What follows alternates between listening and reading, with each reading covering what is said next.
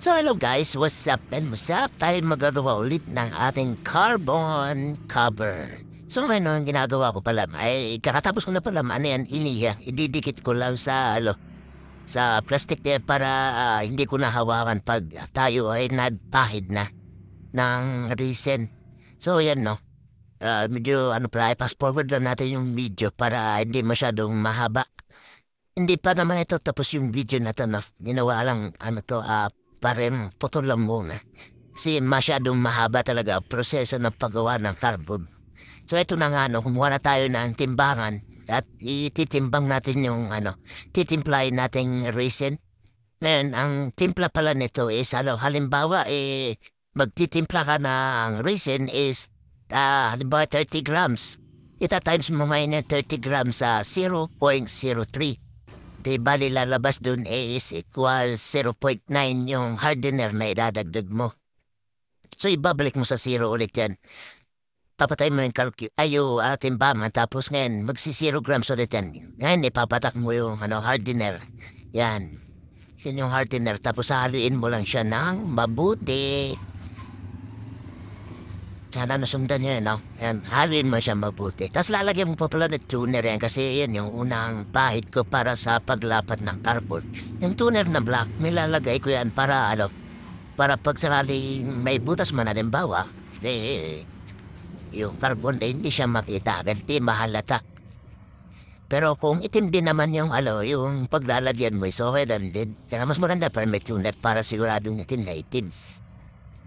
Yun nga, di ko pa siya di natin lang fast forward tuloy dito. Nagkaba pa tuloy. Then, lagay ko na yung tuner na black tapos haluin ko. Para maging itim na yung resin. Siya. Yan ay halo na. Sinalo-salo na lang matindi. Haluin mo lang mabuti. Matinding haluan dapat yan. Kalamangawit. Ang halo lang na halo. Hindi na natin na-forward dito kaya medyo maba na yung halo-halo natin. Kakahalo-halo natin. Ang haba na masyado. Nasa 5 minutes ang ating video kaya medyo mahaba talaga ang voice over na to. Nakapagod niya na mag-isip pag nang sasabihin.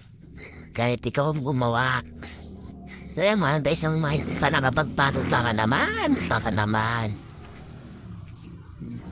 Yan na nagpahid na tayo na yan na first coating natin. Yan na yung pagpahid natin na may tumer.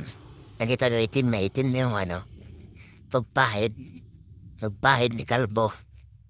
So yan, pagkatapos natin magpahid yan, pantayin natin yung matuyo ng 1 oras.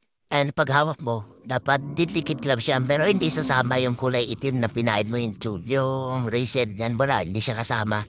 Ang ibig sabihin niyan is pwede na natin siya lapatan ng cardboard. At ito na nga ang cardboard block natin. Dual cardboard pala itong gamit ko. Meron din akong honeycomb pa hindi ko pa nakagawa. Ito lang muna. Si hapon na rin ako nagsimula eh. Yun. Nilapad medyo matagal ang process niya. Dapat sigurado yung sukat mo kasi sayang ang carbon man pa naman ang carbon. Dititate mo lang siya ng mabuti. Sa gilid, yan. Pulma mo na mabuti at idikit na maayos. Ayan na siya after madikit. Tapos ang gagawin naman natin ngayon ay ibabacuum natin siya para kapit na kapit. Kumuha ako ng plastic dyan para sa vacuum. Ibabacuum po siya tapos iiwan natin siya ulit ng mga 1 oras.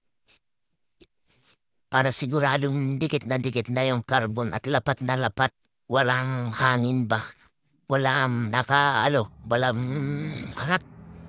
Para sigurado yung kakit. Binacuum na natin, Turn natin vacuum. Tapos eto na, kalipas sa 1 oras. Eto na. Few minutes later, yan na, okay na siya.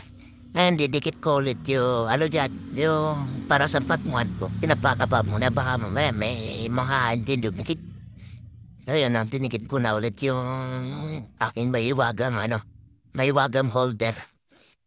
So yan na, tinikot-ikot ko na dyan at nagtimpla na ulit ako. Ito yung sunod kong timpla is wala na yan tuner, mga tuner pala, wala ng tuner. Bara na siyang kulay, normal na yung reset. Ayun na siya after ko pahiran. So, mag-aantay ulit ako ng isang oras dyan baga sundan.